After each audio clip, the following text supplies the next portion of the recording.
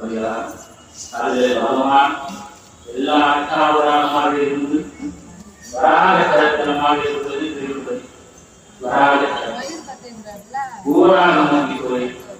அந்த வராகத்தூரின் முகம் தன்னுடைய துர்காச்சாரியார் ஸ்ரீதேவி பூதேவி ஆண்டார் இது போலாம் கொடுக்காம உடன் பிறந்த சகோதரிகளிடத்தில் மட்டும் செலுத்தி சக்தியானவர் பெரும் சக்தியாக விளங்க வேண்டும் என்பதற்காக தான் உமாதேவி பொருந்து கொண்டிருக்கிறார்.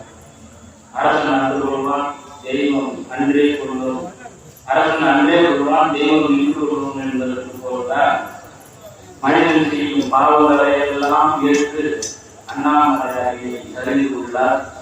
தீப திருநாளிலே நமக்கு தான் முதல் தீபம் வராகி. அம்மாவுடைய தீபம் தான் முதல் தீபம் வராகி. இங்க வெகு விமர்சையாக நடக்கும்போது தீபத்துக்கு விளக்கு போடணும்னு போடலாம்.